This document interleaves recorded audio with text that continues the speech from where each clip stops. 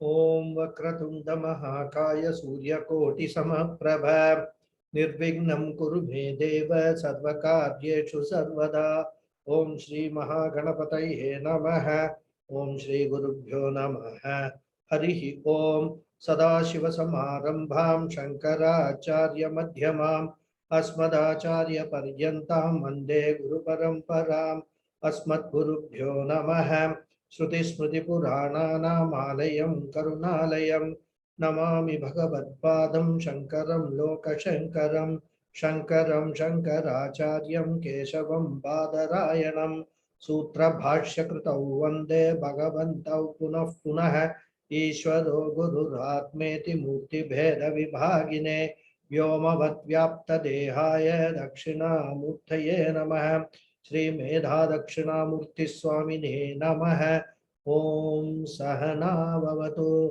Sahano Bhunaktu Sahavidyam Karavavahai Tejasvinavadhitamastu ma vidvishavahai Om Shanti Shanti Shanti Harihi Om Shri Gurubhyo Namaha Harihi Om Namaste to all of you. Namaskaram. Namaste. So we are seeing the Srishti Prakarana or the creation, the process of creation from a Shastric point of view. It is not a Darwinian theory or evolution. The Shastra focuses, for Shastra, explaining the creation in detail is not the Tattparya. Because according to Shastra, the whole creation is mithya. Actually, so why unnecessarily go and spend time in trying to understand this? But some basic understanding is required what this is all about.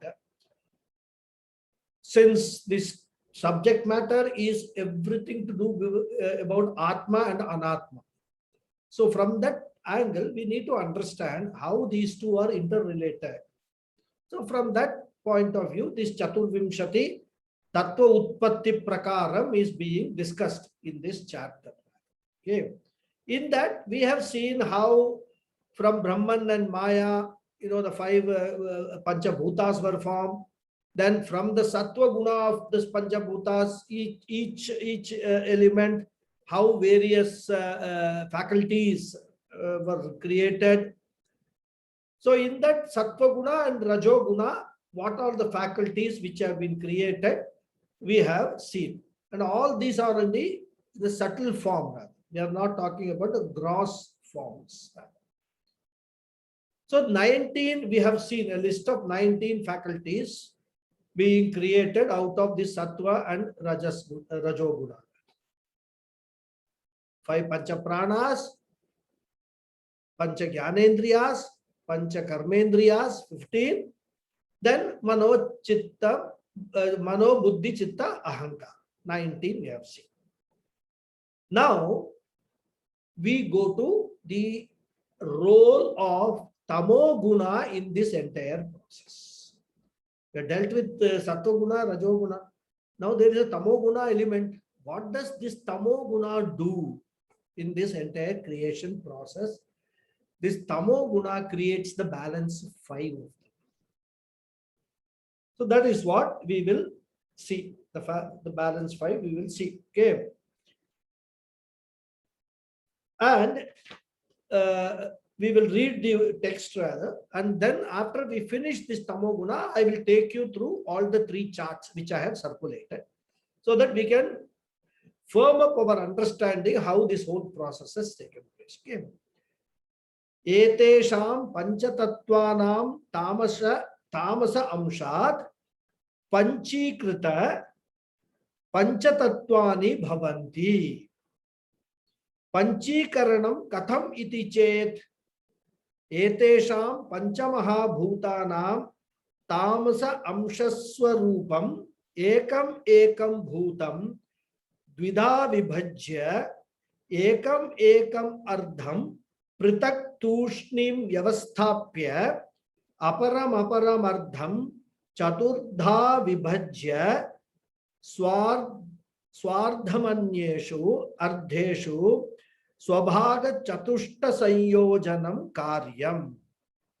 A very, very complicated sentence explaining this entire process of what this tamasa guna does.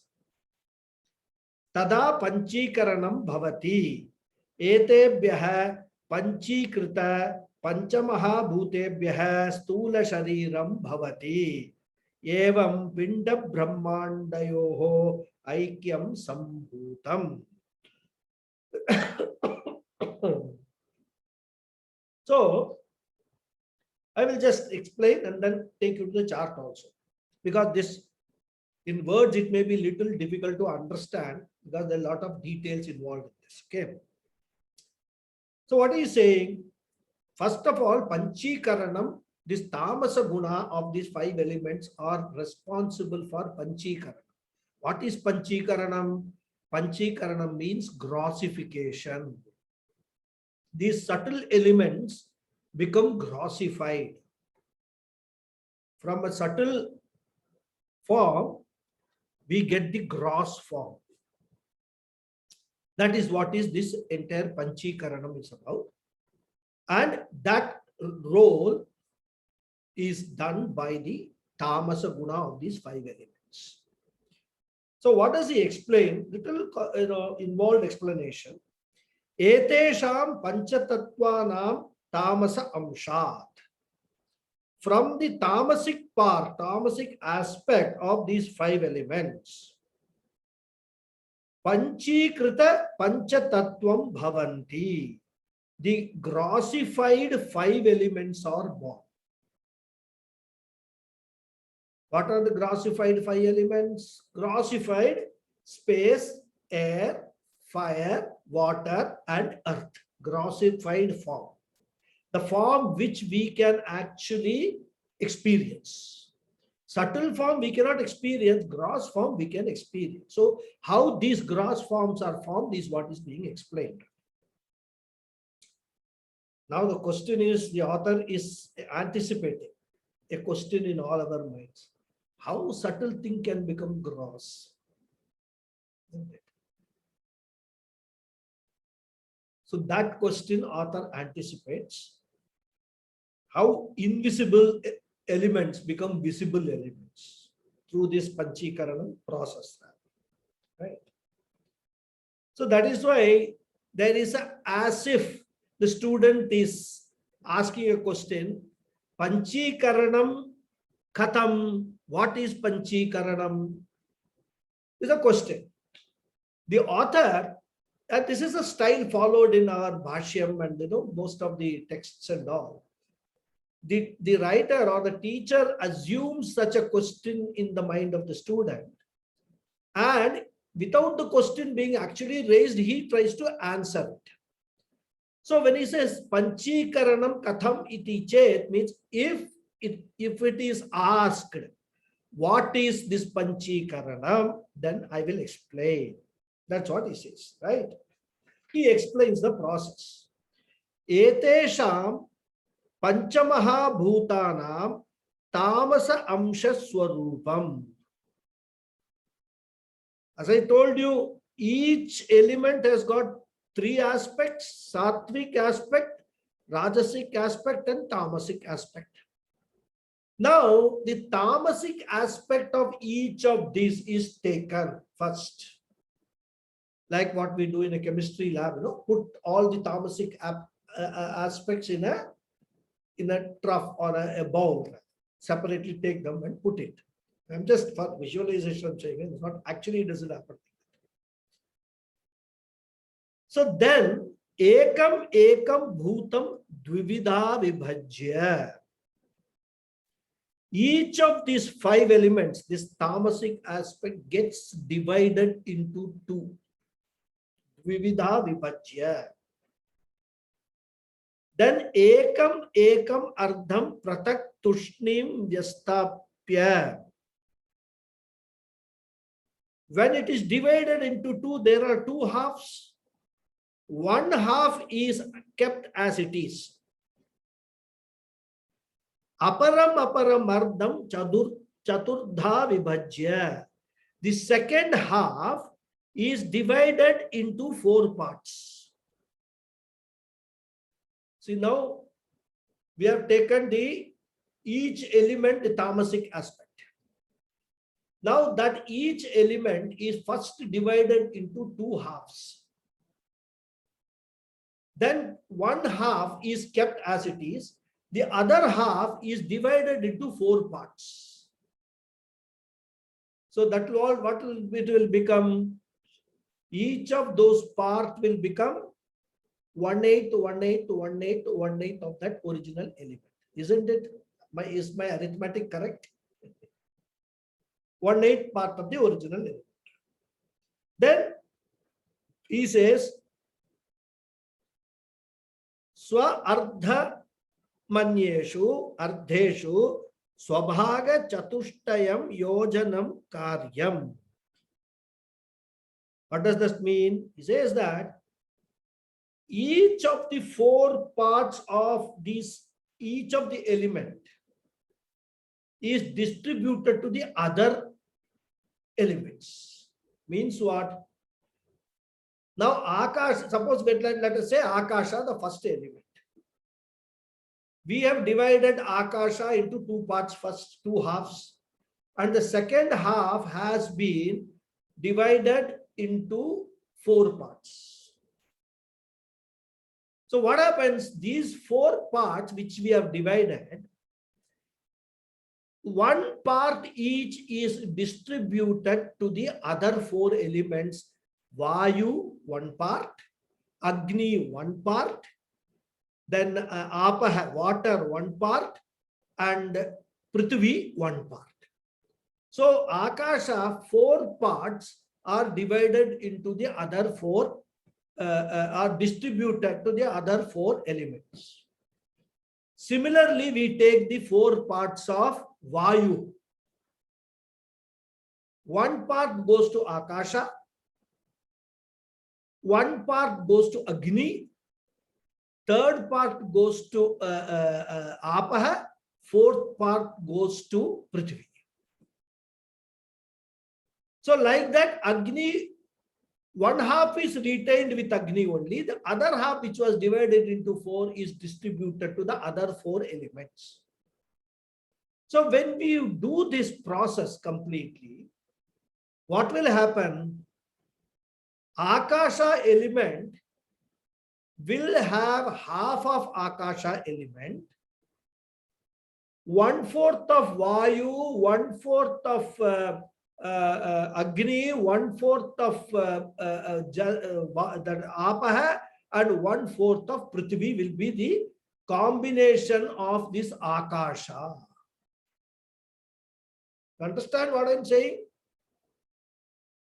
Similarly, the second one, Vayu Tattvam, half will be Vayu Tattvam, original.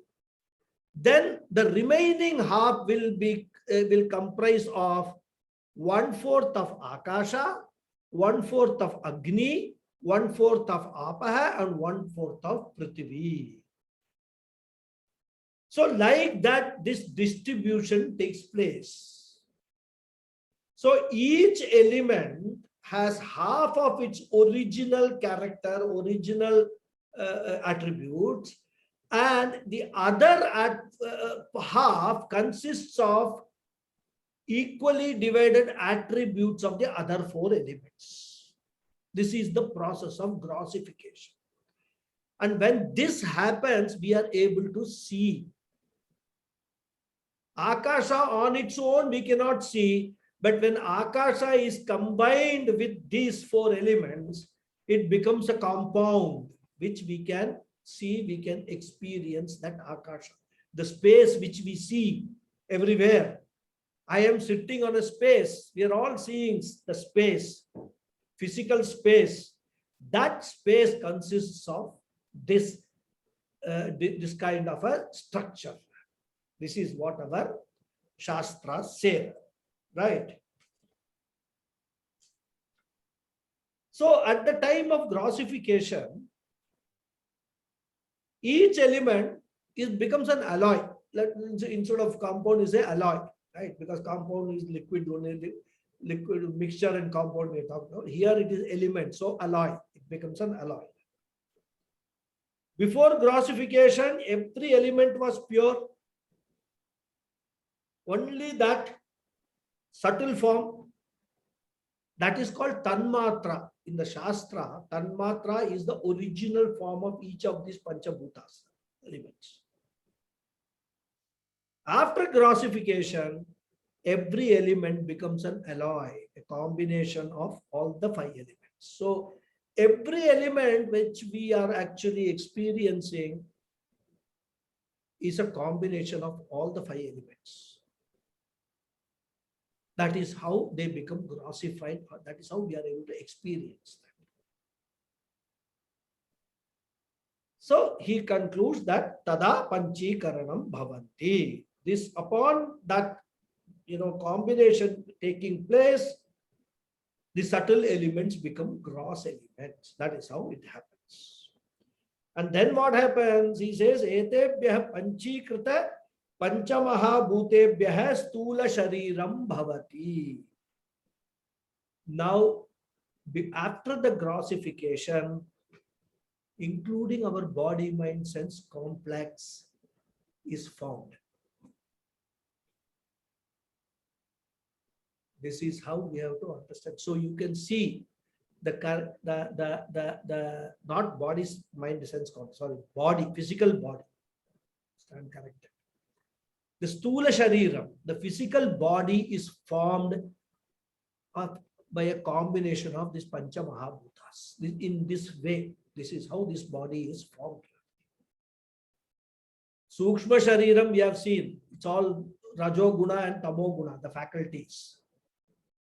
But for the Sukshma Shariram to operate, to carry out its functions, this body is required. Hardware. The hardware is made like this. Eyes, ears, everything, nose. If there is no nose, no prana, no existence.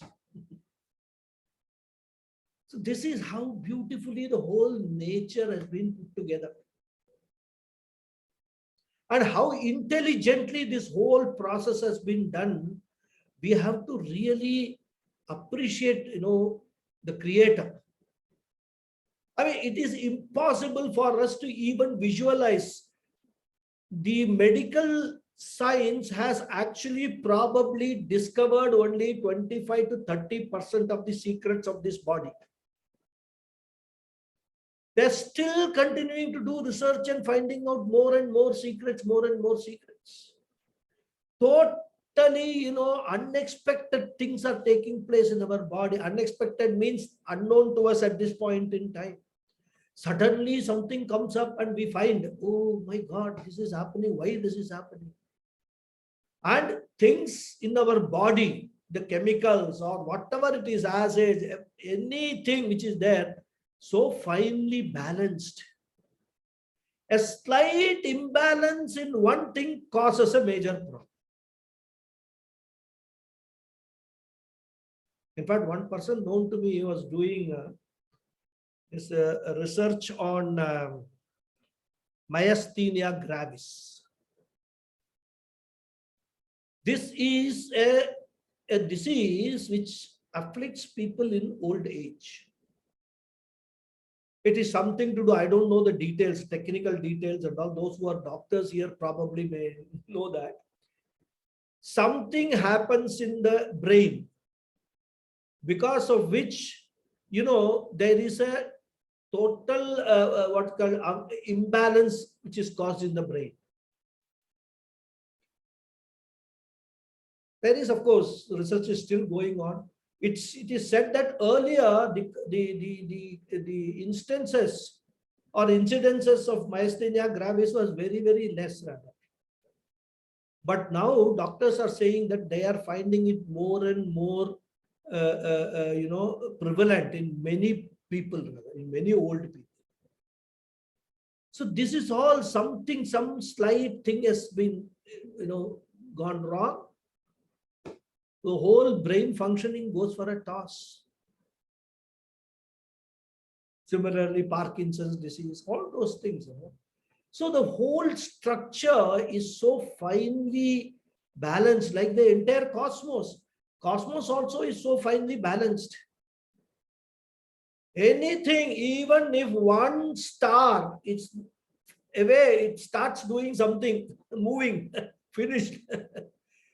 Why star? Planets, if they move out of their orbit even by 1 degree, you can imagine what will happen. The whole thing will collapse. It is also finely tuned, finely matched, and with a provision for some degree of what you can call adjustment. It's not that it is straight. Even the Earth's rotation is not circular, even though we call it circular. It is a little oblong, sometimes. That's why we have the seasons and things like that. This is how the grossification has happened, and that is how what we have got. And that's why we believe that this physical body is made of Panchabhutas. All the Panchabhutas, the 5 elements, are physically present either in gross form or in subtle form within our body. And it's not only our body, every body has got the same structure. Panchabhutas are present in every body. Every living being has got this structure. Okay. And from the point of view of microcosm, individuality, we can refer to this stula sharira. But from the cosmos point of view, the stula prapancham is created through this panchikaranam, and that is what we are seeing. Stula prapancham means this entire cosmos which we can experience in the form of air, space, and all, as I already told you. So this is how this entire creation is explained. So there are 5 elements: gross space, gross vayu, gross agni, gross jalam, that is apaha, and gross prithvi. And behind that, all of them, there is the subtle of the same elements. This is the beautiful way the whole thing is presented in the Shastras. So the author has explained all the 4 stages: Sukshma Bhuta Srishti, Sukshma Bhautika Srishti, Stula Bhuta Srishti, and Stula Bhautika Srishti. All 4 he has explained. Then lastly, the author says, Evam Pinda Brahmandayor Aikyam Sambhutam. Evam means thus. Pinda means the individual who has these 5 elements in him or her. Brahmandayoho, the cosmos, which also has got the same 5 elements. And he says that this is how the Aikyam takes place. We are part of this entire cosmos. We are not different in any manner from the whole structure of this cosmos. We are as much part of this cosmos as the sun or a moon or anything is there. And that is how we start seeing the oneness of us and the entire cosmos, the individuality and the totality. That is the way we have to understand that we are part of this entire totality structure. And this is how we will proceed to see the Aikyam. In the next chapter, Aikyam will come, which means understanding the oneness of Jiva and Ishvara. Because after doing all these things, understanding, we give label. I am a Jiva, there is a Ishvara. I am different from Ishvara. Ishvara is Sarvajnaha, Sarvashaktiman, Sarvavyapi. I am Alpajnaha, Alpashaktiman, limited individual. This is what we have in our mind. This is what our understanding is all about. In the next chapter, we will say how to understand the equality between Jiva and Ishvara. How to understand the Tattvamasi equation. Tat is equal to Tvam. How to understand that? How to understand Aham Brahmasmi. All that in the next chapter we will deal with that. Before that, we will see these charts, which I promised to take you through. So first chart is, okay, we can take this. Samashti chart, let me see.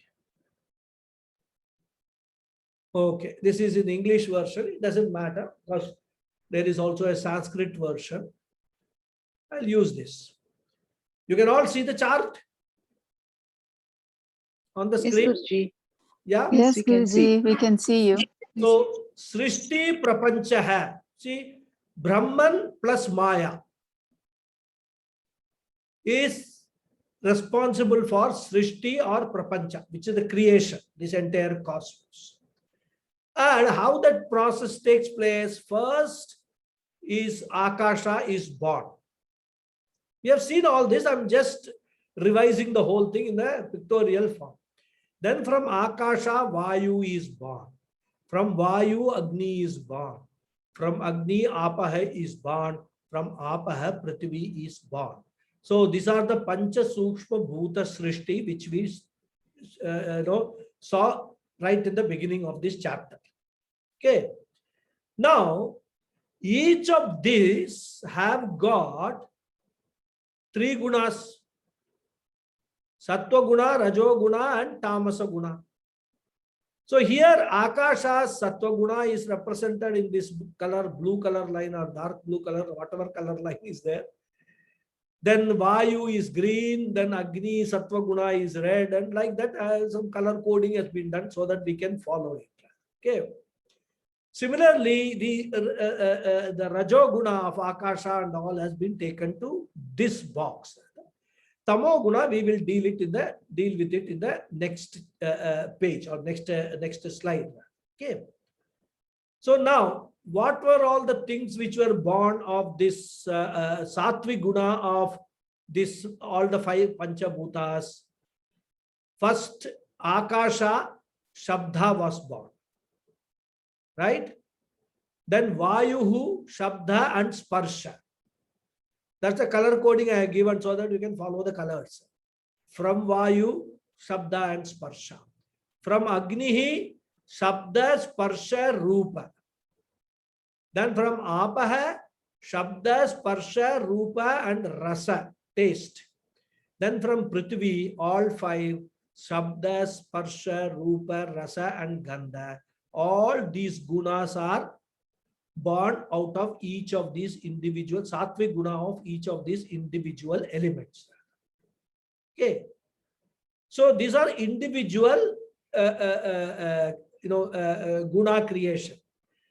Then we saw that from the combination of the Sattva guna of all these five elements, we get Pancha Jnanendriyani. Right? So from okay, before that we saw the Devatas also. Shabda, Akasha, Devata is Dik Devata. Then Vayuhu is Vayu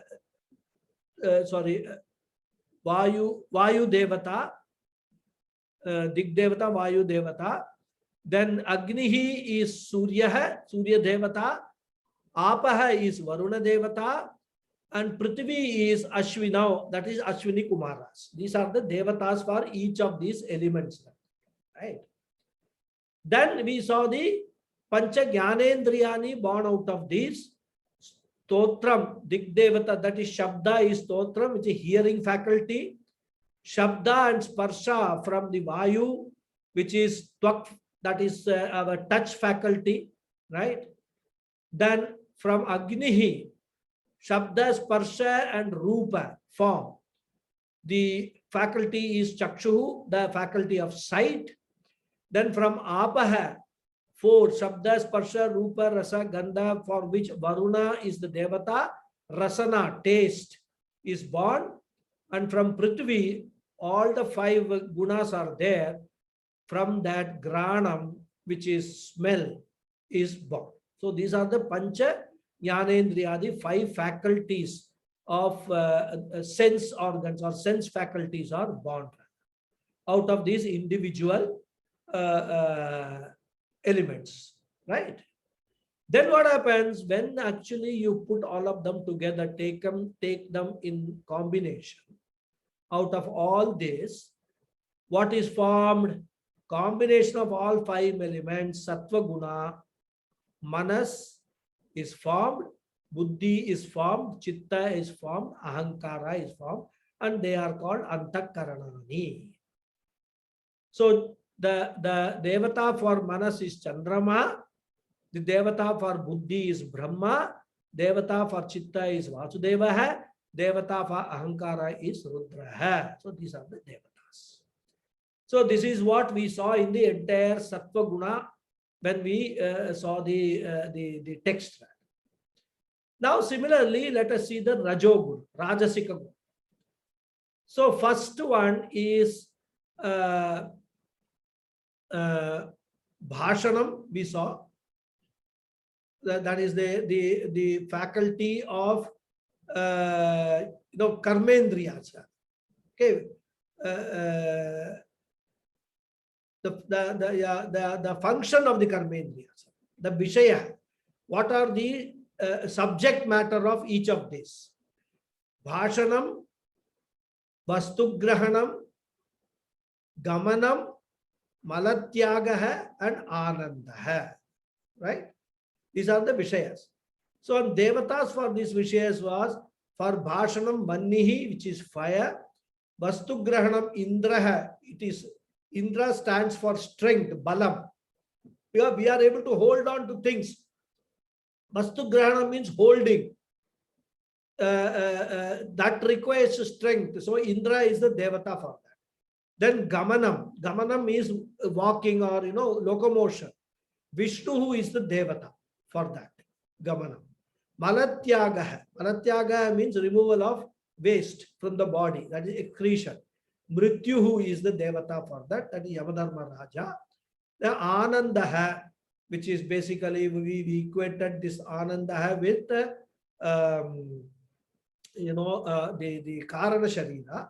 Then Prajapati is the Devata for that. Now, which are the corresponding Karmendriyas? Bhashanam is walk. Walk means our tongue, right? Physical, that is not the faculty of speech, but the tongue rather. Okay. No, sorry, it is the faculty of speech. Is this tongue? Physical tongue will come next. Then Vastugrahana, Panihi, the faculty of holding, that is hands, which is done through our hands rather, Panihi. Then Gamanam is Pada, the faculty of locomotion. Then faculty of excretion is called Payuhu, and faculty of Anandaha is called Upastaha. Okay. So as I told you, Upastaha means the reproductive organs rather, and Payuhu is anus. That is the meaning that we have taken. So these are Pancha Karmendriyani. Then from the combination of all this, we get the Pancha Prana. Prana, Apana, Vyana, Udana, Samana. This is how we get the Pancha Prana for these 5 elements born out of Rajasic Guna. Okay. So you can go through the chart, and anybody has got any doubt later on can ask me. Now we will also see the chart of the Panchikaranam chart. Okay. See, again same thing. Brahman plus Maya, Srishti Prapancha, creation. Then same process, Akasha, Vayu, Agnihi, Apaha, Prithvi, Pancha, Sukshma, Bhuta, Srishti. This we have already seen in the previous charts also. And now we are dealing in this chart only with the Tamoguna. Because Rajoguna and Sattoguna we already dealt with. So that is why this arrow is going to Tamoguna only. And from Tamoguna, this entire process is taking place. Okay. Panchikaranam process stages. The first column. Second is Akasha, Vayuhu, Agnihi, Apaha, and Prithvi. Right? So the Tanmatras in their original form is, is in the first row. They are the Tanmatras, the pure, subtle elements. They are shown here. Okay. Then what the author said, Ekam ekam bhutam dvivida vibhajya. Dvivida means into two parts. So each element splits into two. So what was single now has become two here, half, two parts, right? Then he said, Ekam ekam ardham pritak tushnim vyavasthapya. One half remains intact, and that I have put it in black. What is intact is in black box, and what is going to be not intact, going to be further subdivided, is all in white. Okay, this is the color coding I have adopted. Then he says aparamaparam ardham chaturtha vibhajya. Then this half is now divided into 4 quarters here. So Akasha is divided into 4. You can give number 1, 2, 3, 4. I didn't give the number. Mainly problem was if I give the number, this slide was going out of the page. So there was only so much space in the slide. So that is why I skipped the number, but I've given the number in the last column. So in the last row, that there we can see. At this stage, you just understand each of these, the second half of each of these elements is divided into 4 parts. Okay. This is how it has been depicted. Then he says, Swardhamanyeshu ardheshu swabhaga chatushtayasam sanyojanam karyam. To one half of the element in stage 3, which is here,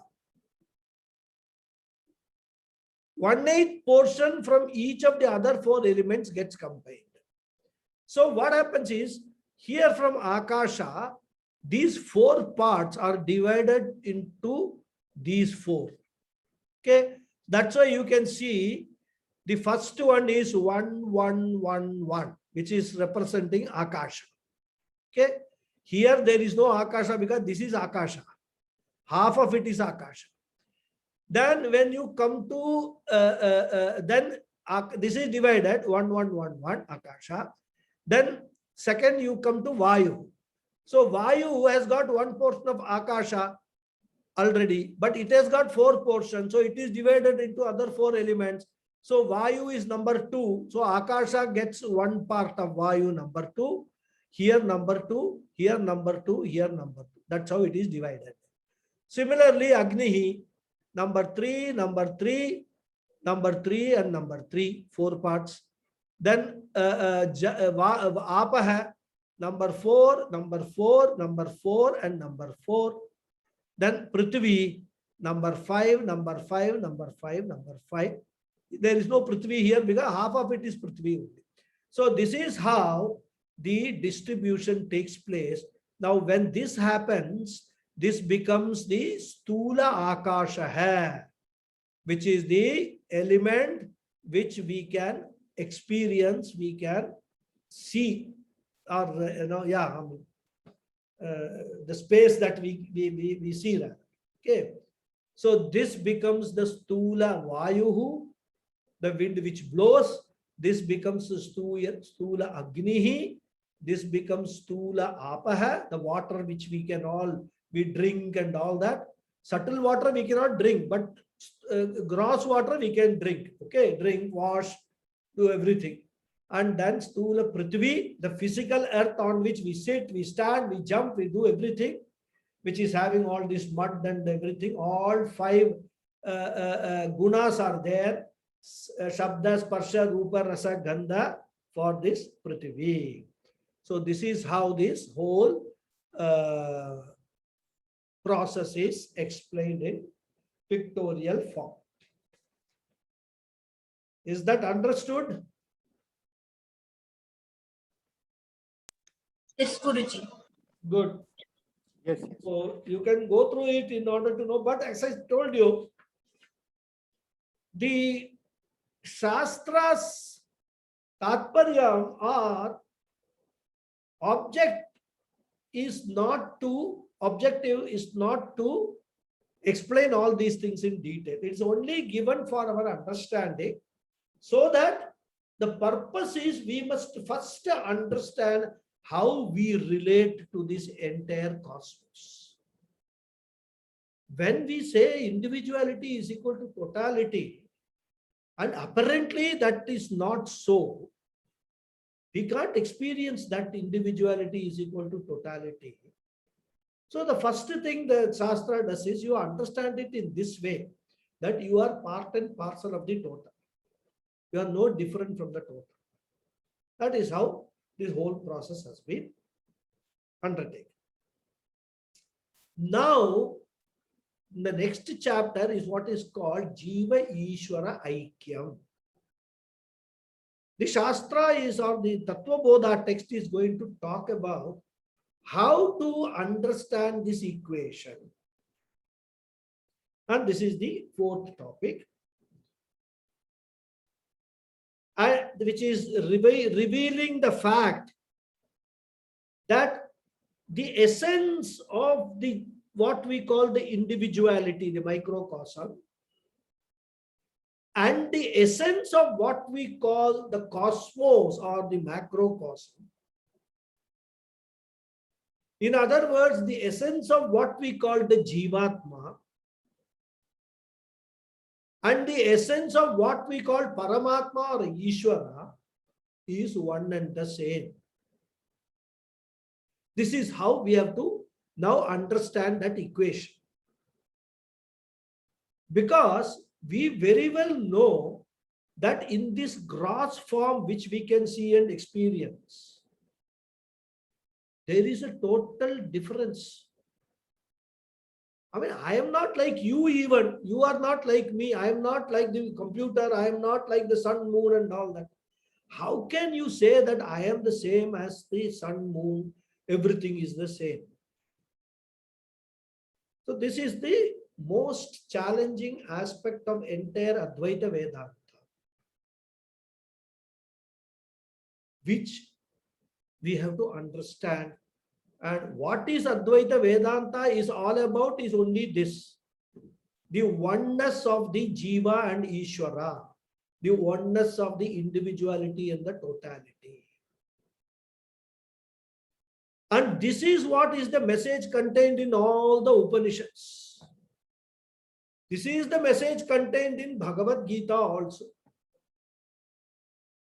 In fact, in many Puranas also the same message is repeated, including Bhagavata Purana, Vishnu Purana, everywhere the message is the same. But what happens is, when we study the Upanishads, this message is in a concentrated form. As we go down to Bhagavad Gita, this message gets slightly diluted with other details. When we go to the Puranas, it gets further diluted. And in the process, even when we study the Puranas and we listen to all these Purana Kathas and all that, we miss this main message which our entire scriptures are trying to pass it on to us, trying to tell us that, hey, boy, there is no difference in, essentially, there is no difference between you and the totality. All differences, perceived differences, are only perceptions. They are superimpositions. They do not have any reality. The absolute, from absolute real terms, if you actually consider, there is no difference between individuality and totality. You are part, not only part, you are the cosmos. You are Ishvara, you are Paramatma. Nothing called Jivatma. You have been assuming all these things, troubling yourself the whole life, suffering all miseries and sorrows and everything, because you are not understanding this essential message of the Upanishad, this essential reality. In fact, you are not understanding. You are ignorant of this fact. You are ignorant of this reality. And that is what this chapter is briefly going to tell us, this Aikya Vichara. So the message is the essence of this entire prapancha is one. That is Advaita, that's non-dual. There's only one entity in this entire prapancha. To understand that, the Shastra gives many examples, and some of them we have also seen earlier. Like essence of a wave is water. The essence of ocean is also water. Whether you call it ocean, whether you call it wave, or whether you call it bubble, any name you call it, the essence of all these forms, ocean is a form with a name, wave is a form with a name, bubble is a form with a name. But the essence of all these three is only water.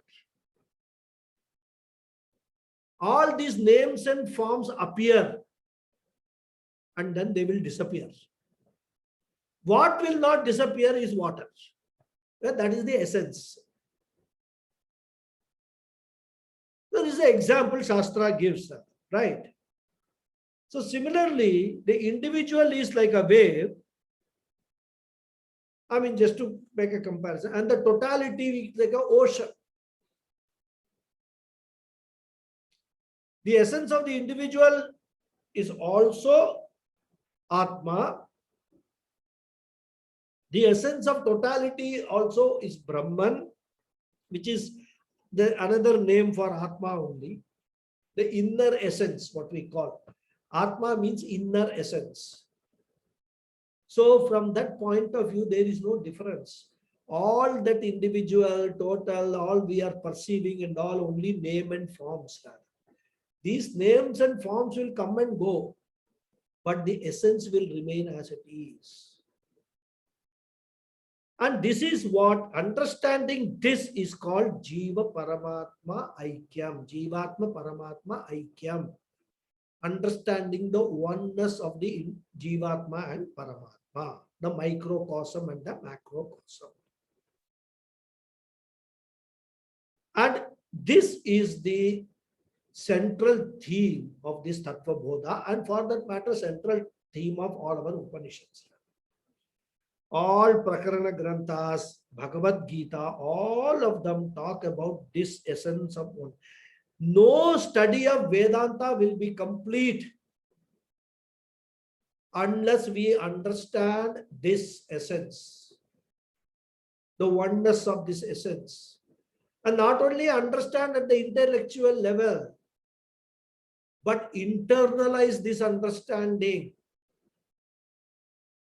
And not just internalize that understanding. After internalizing, abide in that understanding. That is what is called moksha. So if you ask what is moksha, moksha is nothing but understanding the oneness of the Jivatma and the Paramatma, understanding the oneness of the individuality and the totality, understanding the oneness of the microcosm and the macrocosm, internalizing that understanding and abiding in that understanding for the rest of your life is moksha. That is why Vedanta, and only Advaita Vedanta, promises moksha in this life itself while living, now and here. No other philosophy can talk with such a authority and such a clarity. Every other philosophy, when they go on telling their stories, you start asking them questions, they will flounder somewhere. They will contradict themselves. Only Advaita philosophy, which is the philosophy of the Upanishads, if all Upanishads are taken together and read completely, you cannot pick up parts from Upanishads and try to establish a new philosophy. It is not done that way. You have to see, because the Upanishads also take you through a particular route. For example, in Bhagavad Gita, Lord Krishna talks about Bhakti Yoga, then Karma Yoga and all. That is the route through which one has to reach the Jnana Yoga. But what people do, they only take up Bhakti Yoga chapter or the Karma Yoga chapter and say that is what will give you moksha. That is the erroneous interpretation or limited understanding they get out of it. Unless you read Bhagavad Gita, the full 18 chapters, and try to understand what all the 18 chapters together, or message is what message is trying to be conveyed, then you will understand the real message of Bhagavad Gita. Any other interpretation will be only a partial interpretation, and the partial interpretation will be only partially true. That will not be the full truth. So similarly, this particular topic, moksha means this. Tattvamasi. Once you understand Tattvamasi, no Ishvara, no Jiva, nothing is there. In fact, I think I told you also, those of you who might have gone to Shabarimala. Shabarimala, as you all know, is a very famous and very popular pilgrimage people undertake every year during the months from, say, December to January, 40 days. And every month also, now monthly they open the temple there. It's a Ayyappa temple, Lord Ayyappa temple. It's a very arduous journey. There's no transport. You have to walk. You have to walk 8 hours and all that. And it's steep climb. I mean, go through, now of course, some places and all, they made arrangements like good path and all that. But still, it's a very, very, very, very tough climb to the temple. You do all that climb, totally tired, and go before the sanctum sanctorum of Lord Ayyappa. You know what is written there? Tattvamasi is written there. It is as if after doing all that, Lord Ayyappa is asking, hey fool, who asked you to come all this way to see me? You are me. If you understand that there is no need for all this pilgrimage, your pilgrimage should be a pilgrimage into your own internal interiors rather. That should be your pilgrimage. Your pilgrimage should be to understand, recognize what Brahman, what Atma is, what your essence is. That should be your pilgrimage. All other pilgrimages, once you come to Vedanta, all other pilgrimages do not add anything to it. So this is a very interesting thing. So what I'm trying to emphasize is this Aikya Vichara, this chapter is the central theme of this entire Advaita philosophy.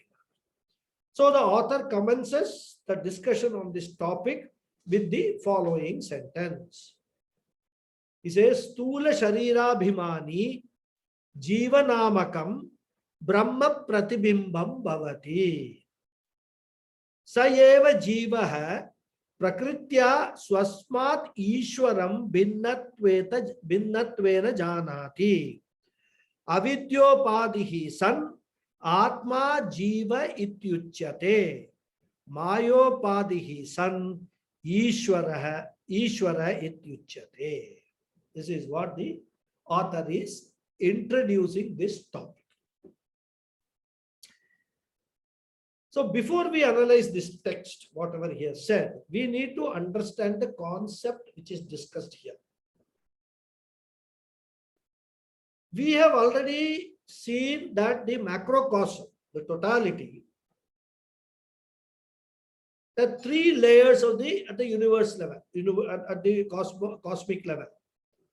What are those?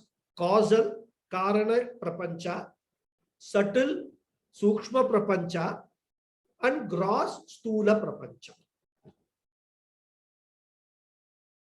And all of them are made of material inert matter. They are all Maya creation.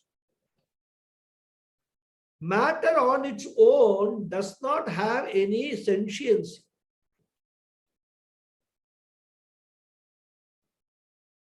And these corresponding layers at the individual level is what? Stula Sharira, Sukshma Sharira, and Karana Sharira. So at the totality level also we have got 3 layers, and the individual level also we have got 3 layers. And this individual level also, all these 3 layers are inert only. They are not sentient on their own. Okay.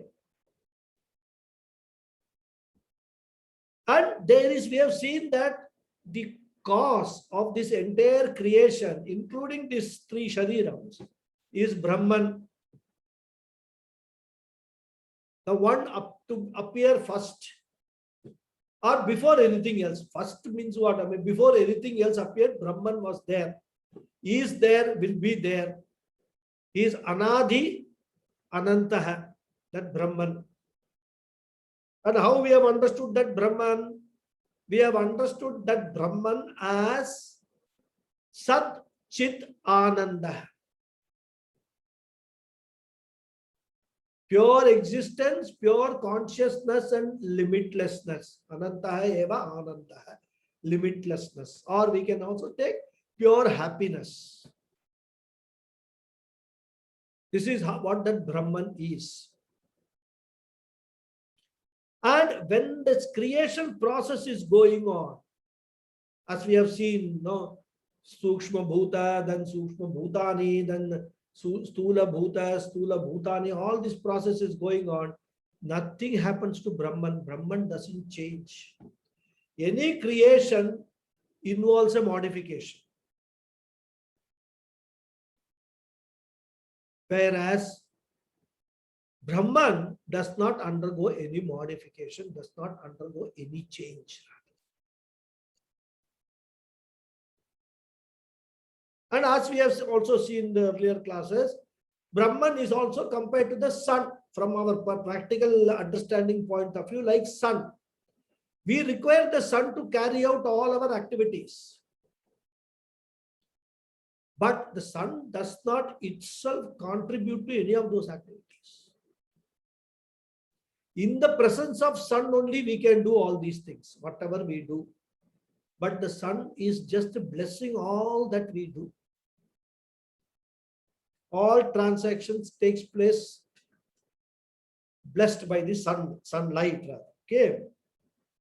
But it does not participate in any of these transactions, the sunlight itself. And for the sunlight, it is irrelevant whether it is lighting up a very noble thing, or it is shining its light on some dirt and some ignoble thing. It is shining its light on good people or bad people, whatever it is. Sun is indifferent. Everything it will provide light. Good, bad, ugly, everything it will provide light. Sun itself does not undergo any change from a light point of view. The light is shining. Okay. So this Brahma Chaitanyam or Atma Chaitanyam, we call, is also like that. It is attributeless, changeless, doesn't undergo any change, any modification. And it also does not have any property like, Shabda, Sparsha, Rupa, Rasa, Gandha. No property is there, no guna. It is Gunatita, Guna Varjita. It does not have any property. So it does not have any guna. It does not undergo any change. It does not have any, any of this. It does not participate in any of these activities. The question is, if such a person is sitting at home, everybody will ask, what is this fellow doing? What is the use of this chap? What is his contribution to this entire running of this house? Will be a question in everybody's mind. And we will see the answer to the question in the next class. Okay, I'll stop here. And if there are any questions, we can discuss that.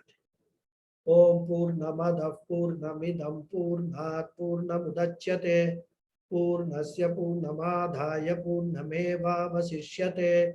Om Shanti Shanti Shanti. Harihi Om Shri Gurubhyo Namaha. Harihi Om. Thank you all very much. Thank you so much, Guruji. Thank you. Namaskaram. Namaskaram. Thank you, Guruji. Thank you, Guruji. Thank you. Thank you, Raghuji. Thank you. Hey, Raghuji, very well explained, Raghuji, very well explained. Guruji, Very when you nice. mentioned about the waves, Yeah. you focus the attention mainly on the water vapor. Am I correct? Yeah.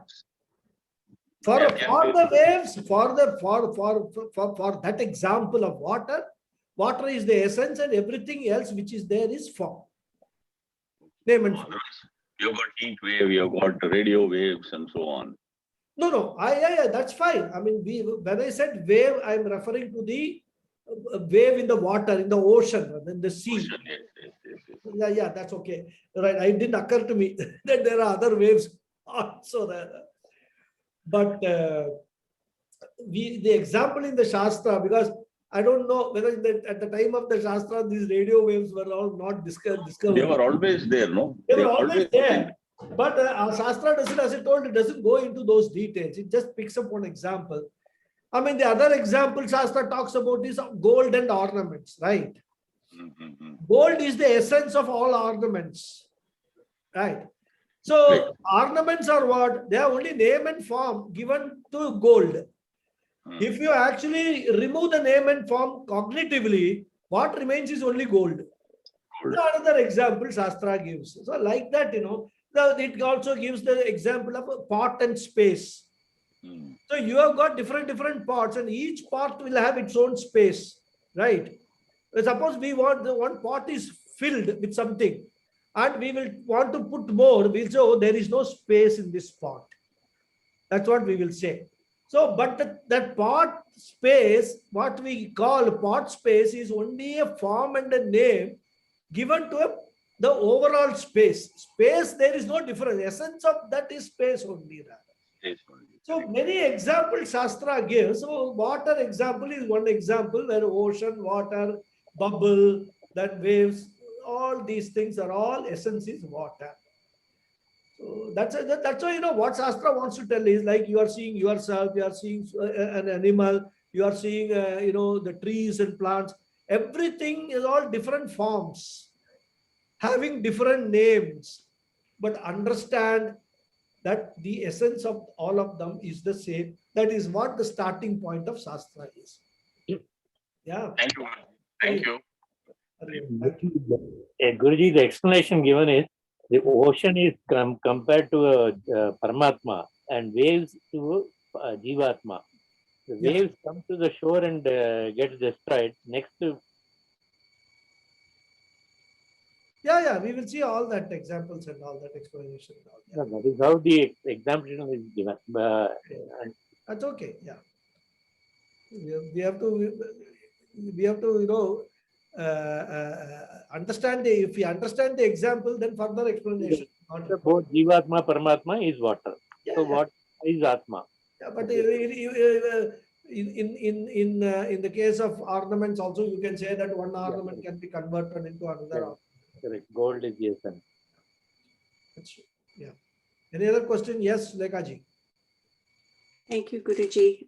My question is, you talked about internalizing the understanding of the oneness, that there is only one entity. This message of the entire Tattva Bodha, entire Upanishads is one entity, Advaita Vedanta. Sorry to ask about the roadmap to this oneness, but that is my question. How do you internalize this understanding? How do you abide in this sakshi or in this being where you don't see names and forms. I know it's a lifelong process, but is it through Mananam, Shravanam? And what is this deep meditation and how do you do that? I will briefly explain. See, the process is called Shravanam first, Mananam next, and Nididhyasanam third. Okay. Now, when we do Shravanam, we gain the knowledge of this. That's exactly what we are doing now through Tattva Bodha. We are doing Shravanam. Okay. Now, when we do Shravanam, there are a lot of questions will come in our mind. Because, okay, Advaita Vedanta says there is only one entity, which is Brahman or Atma or whatever name you can give it.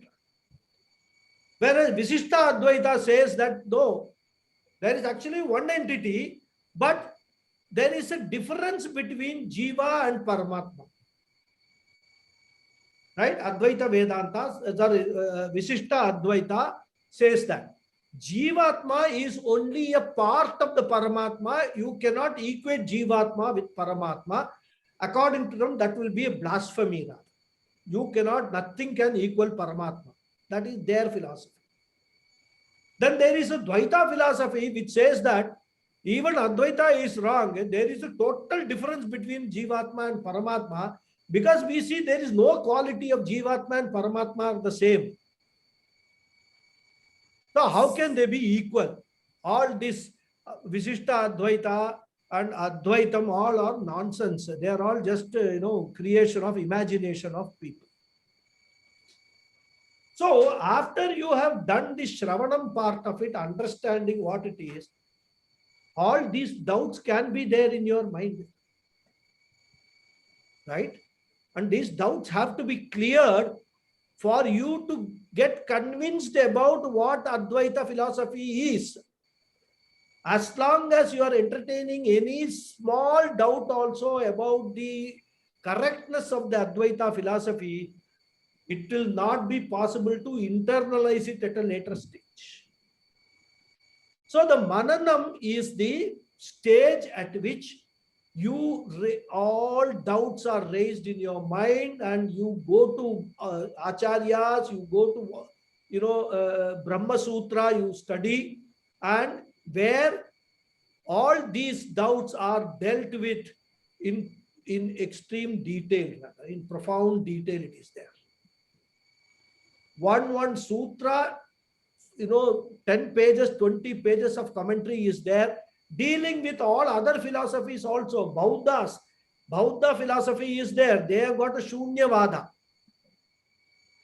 So, if you read Adi Shankara's commentary on Brahma Sutra, he picks up every other philosophy and establishes that anything which they are saying or is not in consonance with the teachings of the Upanishads. Because for us, what is the main source? It's only Upanishads. Veda is the main source. So whatever anybody says has got to be in consonance with what Vedas say, what the Upanishads say, what Vedanta, the last portion or concluding portion of the Vedas say that. It has got to be in consonance with that, in agreement with that. You cannot have your own philosophy and then ignore, some of the portions. That is not applicable. This is not applicable. This is what I feel. That is not establishing the understanding. So once you have done this whole process of Shravanam and Mananam, still for internalizing, one big obstacle is there. And that obstacle is the obstacle of our past orientation, our past behavior, the way we have been thinking about all these things, not only in this life, but from life after life after life after life. Because nobody has told us about all this Vedanta till now. Only in this life we got an opportunity to listen to something what Vedanta, what Vedas, what Upanishads are saying. But our orientation, past orientation is so strongly embedded in our mind, in our psyche, that even after Mananam, you are convinced that what Vedanta is saying is correct, you will not be able to internalize it. this past behavior, past orientation, past way of thinking, that will come as a big obstacle. So in order to remove that obstacle is what the Vedantic meditation is all about. A simple, very crude, probably a simple example, if I say your name is Sulekha. Right from your birth, your parents have given you the name, and then you are being called by Sulekha everywhere. Sulekha, Sulekha, Sulekha, Sulekha. Suppose I come, I say, Sulekha, I am your guru. From tomorrow, your name is going to be Supriya. If I tell you that, how long will you take to internalize that your name is not Sulekha, it is Supriya? What is it that you have to do? First thing, you have to be very aware. When you are writing your name, you have to say, oh, I am now you are used to writing it as Sulekha. Right? You will have to get used to writing Supriya. How you can just imagine what is the, then somebody is coming and meeting you. Your natural tendency is, hi, I am Sulekha. You'll shake hands. Will you say, I am Supriya? You can, after you internalize that name Supriya as your name. So what you have to do, the past orientation of calling yourself, naming yourself Sulekha has to be changed to Supriya. That is what the meditation, the Vedantic meditation, Nididhyasanam process is thus. For that, what is that? It is just going on reminding yourself that Aham Brahmasmi, Aham Brahmasmi, Aham Brahmasmi. I am not Jiva, I am Paramatma. I am the, I am Atma. I am not Jiva, I am Atma. So this is the constant thing. And for that, all this knowledge, what we have gained, we have to bring it into our mind and meditate upon that. So it is a process which can take either very quickly, it can be over. It depends upon each individual. How, that is why all this, we talked about those concentration of the mind, samadhi, and all that is all required qualifications. If you don't have any of them, all the Nididhyasanam and all, forget it. You will sit in Nididhyasanam, instead of Aham Brahmasmi Dhyanam, you will be doing what is for dinner Dhyanam, right? You'll always be thinking, oh, come on, let's, or you will go to sleep also. If your mind is, you don't keep your mind active, you can even fall into sleep. So this is the process through which the Shastra takes you rather. Shravanam, Mananam and Nididhyasanam. And these are the individual purposes of each of these sadhanas. And the whole Advaita philosophy is that once you have actually gained this understanding and convinced about that Aham Brahmasmi, that everything is the same, then you will start looking at the world and interacting with the world also in a similar manner. And that will again be another step. Nididhyasanam need not necessarily mean that you should sit in meditation, close your eyes and do. While walking, while talking, while speaking, while doing everything, you can do Nididhyasanam as long as you are able to see the essence of oneness of everything, Sarvatma Bhava. That's what Krishna says again and again and again in Bhagavad Gita, Sarvatma Bhava. Once you are able to see the oneness, then all the differences which you have been attributing to the, oh, this fellow is rich, this fellow is poor, this fellow is that, this fellow is this fellow belongs to a lower caste, I should not allow him to come into my house, and this fellow belongs to an upper caste, I should actually, do puja to him. All those differences which we have created, all kalpanas. Kalpana, imagine, our imagined differences which we have created will slowly start vanishing. You will not make any such differentiation. So, Nididhyasanam process can take a long time. It can be very quick also. Nitidhyasanam is because other two can be time bound. Okay, I have done, suppose 3 years I go to an Acharya, Brahma Sutra, I want to do fully. Because once I do Brahma Sutra, my Mananam part will be over. At the end of Brahma Sutra study, there can be only two possibilities. Either I am convinced about Advaita Vedanta or I am not convinced about Advaita Vedanta. If you are not convinced, okay, failed student, go away, no problem. But if you are convinced, then you have to attack this, attack the past orientation. So all that this Brahma Sutra study or Shravanam, all this you can actually, time bound, you can do it. But Nididhyasanam, there is no time limit. Depends upon, you have to keep on monitoring, be very aware in every transaction of yours.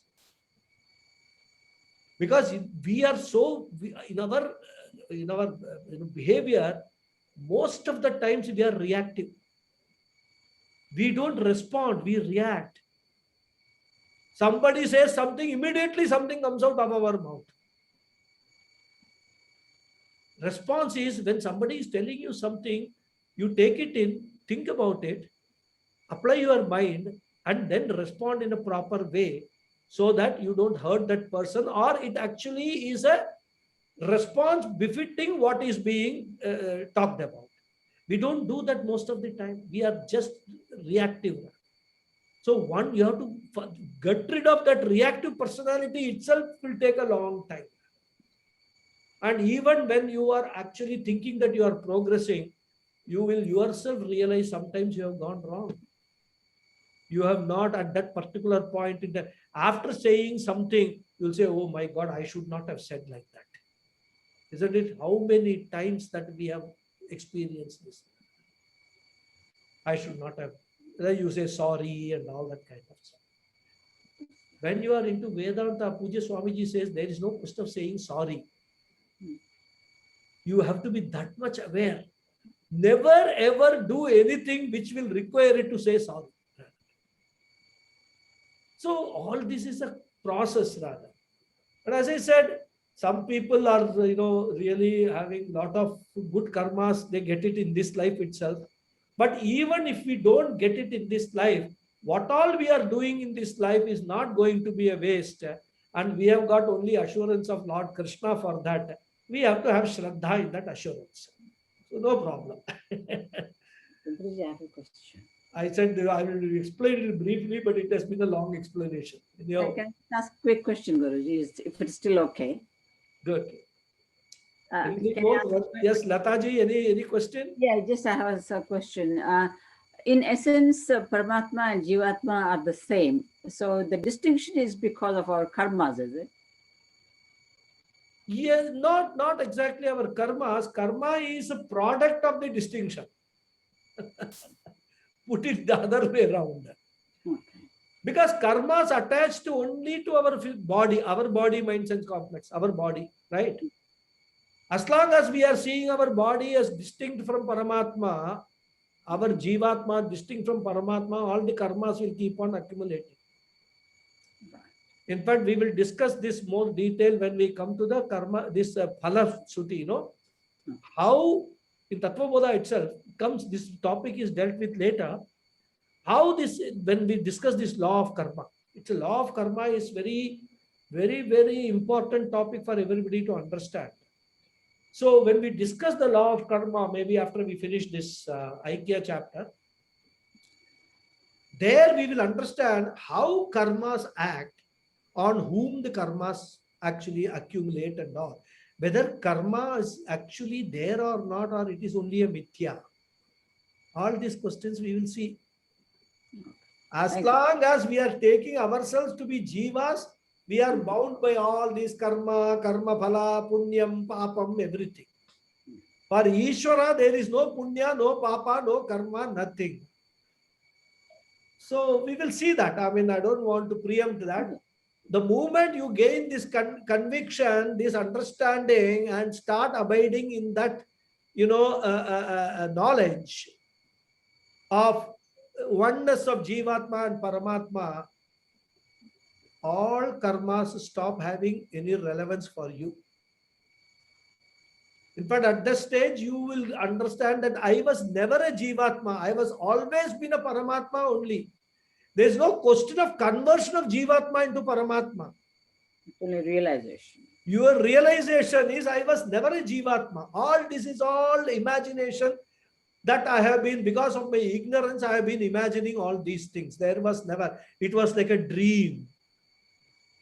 Now I have woken up, super waker, as Swami Paramarthananda calls. Now I am a super waker. I have woken up and I realized that all that was only a dream.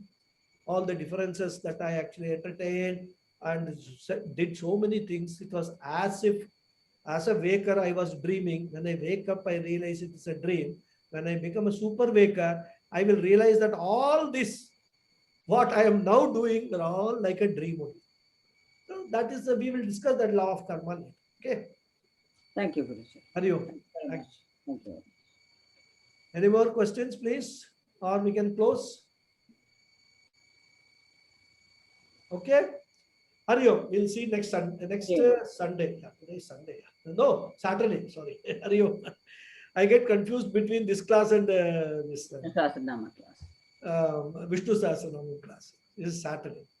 Okay. Next Saturday we'll see. Hari Om. Thank you very much, all of you. Thank you, Guruji. Hari Om. Thank you. Hari Om.